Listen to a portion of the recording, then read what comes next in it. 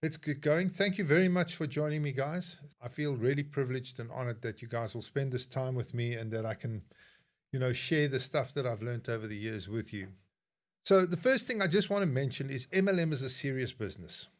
And if you guys are here, if anybody's here thinking that this is some sort of get rich quick scheme or some easy way to make a buck, this is not where you do it. When you get involved in this business, it is a business and it is a large business. And most companies in this space who are successful have got around 30,000 agents and are doing around $4 million a month. So these businesses are big. And if you are wanting to have a lifestyle business, sell a few products and just have a nice lifestyle, then rather join somebody's network than starting your own network, because this is serious stuff. And you're going to struggle if that is kind of your goal or your aim. Now, if you go to MLM for CEOs, there's a huge amount of resource on that platform where you can find out everything about the business, from compensation plans to incentives to recognition to all the various different things that make up the MLM business. So I recommend, if you are starting a business or if you're involved in a business and you're wanting to really grow it, that you go to that website and just find out what we're doing. We're interviewing, company leadership. We're interviewing the people that know what's going on in the industry. So you'll get a lot of information and help from that site. So there's 5 drivers that drive our industry. The first one is commission. That is the way that you pay people, how you reward them for doing the business. So they sell an item, they get paid. They recruit somebody and get them to sell items, and they're going to get paid a commission. So your compensation plan is incredibly important, and it is one of the drivers, but it is only one of the drivers in this industry. The second driver is your product. So you've got to have a product that's got good value and that offers real value for money to your client base, and that people will buy regardless of whether there's a business attached to it or not. So product is a huge part of what drives people in this industry. Then you've got recognition.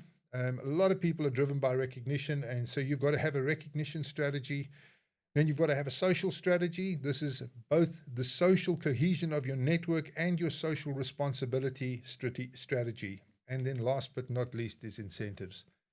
And we're going to be dealing with incentives today, but these are the 5 drivers. And commissions, recognition, social, products, incentives, you are all driven by one of these primarily. So which one of them really drive you? Now, we get a lot of our clients coming to us who are highly driven by money, and they therefore think that everybody in their business is just going to be driven by the compensation plan. Or we've got people that are highly driven by the product, and everything to do with their business is all about the product. Now, I can tell you right now, when somebody phones me for the first time, I can pick up immediately what is driving them. Because they'll either phone me and they'll spend an hour bending my ear about this amazing compensation plan they've got, or they'll bend my ear about this incredible product they've got, or they're going to tell me about how they're going to set the world free and solve world hunger and all the rest of it. So you can pick up immediately where that person's bias is. And that's great, because everybody has got their own bias. Everybody has their own reason for getting into this business. But the thing to realize as the company owner is that your personal bias is immaterial, because the reality is nobody is driven by one thing. If you want to drive your team, about 20% of your people will be driven by money, but the other 80% are going to be driven by incentives, recognition, social, and product. So you could be very focused on money and think, wow, money's what it's all about. The compensation plan is everything, but then you're only hitting 20% of your market. Only 20% of your people have a core driver that is money. If you're like highly focused on the social aspect, and that is what it's all about for you, you've got to realize only 20% of your people are going to be driven by the social side of things. So you can't build your business just around social.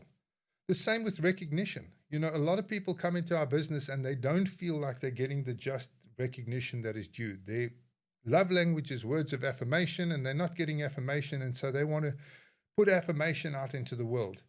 And the same with incentives. You get these competitive people who've been on these exotic trips, and they just want to share that kind of experience with all of their people. And so all of these are potential drivers for your business. But as a company owner, you cannot take any one of them and say, that's what makes my business happen. What you got to do is, what drives all of my people across the board? And then fundamentally, overall, you've got to have a product that is amazing, because the product is the thing that links everybody together. If your people can't love the product, enjoy the product, buy and use the product for its own sake, you don't have a business. So your number one priority is having an incredible product that ties everything else together. Let's go and take a look at the product. So as I said, 20% of your business is driven by people who are product oriented. So your product is actually only worth 20 out of 100 points. So you can get a maximum of 20 points from your product. So when you are working out what your product is worth in terms of the greater scheme of things, the first thing you got to look at is your quality. What is the quality of this product? Is this an amazing quality product? Is this the kind of product that people just absolutely fall in love with when they use it? Do they feel that this is doing exactly what you say it does and actually over-delivering? The second thing is your look and feel. Your packaging is a huge part of what makes your product amazing. So if you've got crummy packaging, your product looks crummy. You've got great packaging, your product looks good. So your look and feel is absolutely imperative to the success of your business. Then is this a value for money offering? In other words, when the person buys the product, are they getting due value? You know, you might have a fantastic product. It might look really great. So let's say you are canning Cape Town air. Now we know Cape Town air is absolutely amazing. And we put it in a lovely can, we put a lovely label on it, and then we sell it for 1,000 Rand a tin. Well, there's no value for money there. It's a great product and it looks good, but the value is gone. So you need to have a product that is offering great value for money. So when the person buys it, they feel like they're getting value.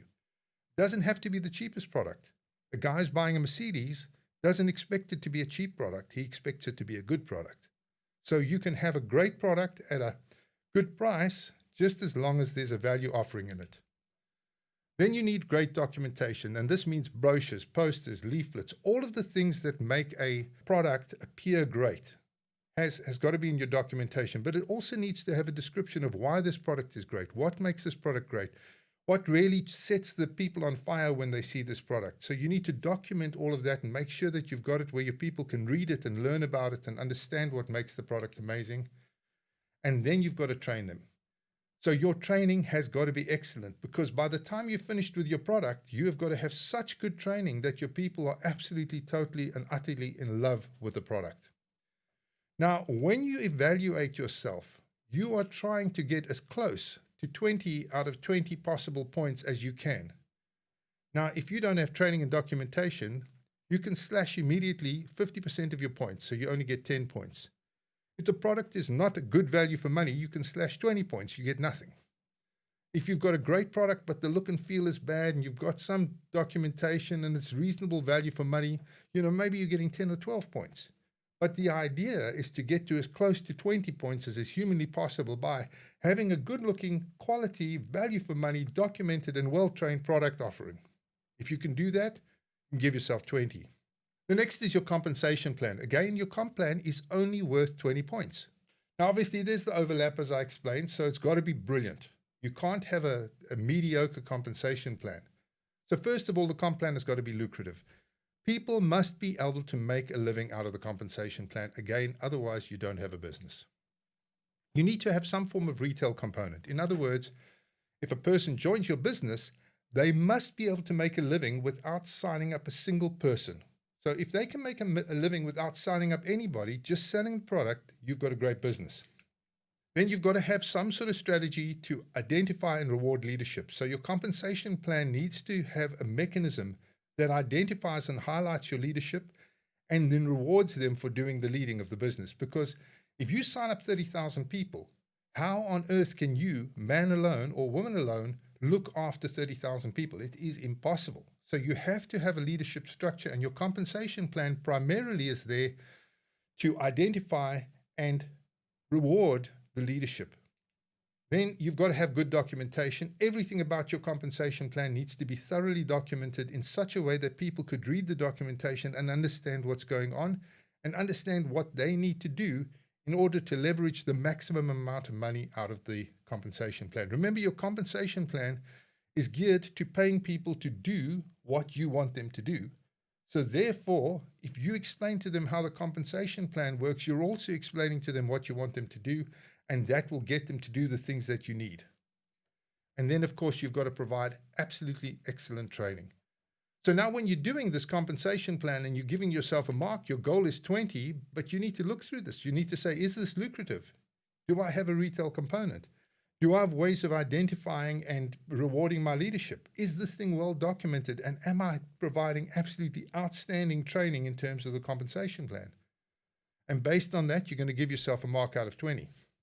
On the other side here, you've got social. And again, your social strategy, which is both the internal cohesion of your personal team, your company, and the social responsibility side of your business, it's worth 20 points to you. Because 20% of your people are going to be highly driven by social. You will find people who will buy the starter kit for somebody just to give them a leg up and help them get going. So first of all, your social strategy needs to be aligned with your business. A prime example, in Acorn Kids, we sponsored the Kotlins organization. And so it's those kind of things you need to have good alignment.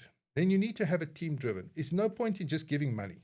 So if you're saying to your team, I'm giving X amount of every product you buy, I'm giving to charity, well, that's fairly meaningless. I mean, it's great that you're doing that, and I don't want you to stop doing that, don't get me wrong.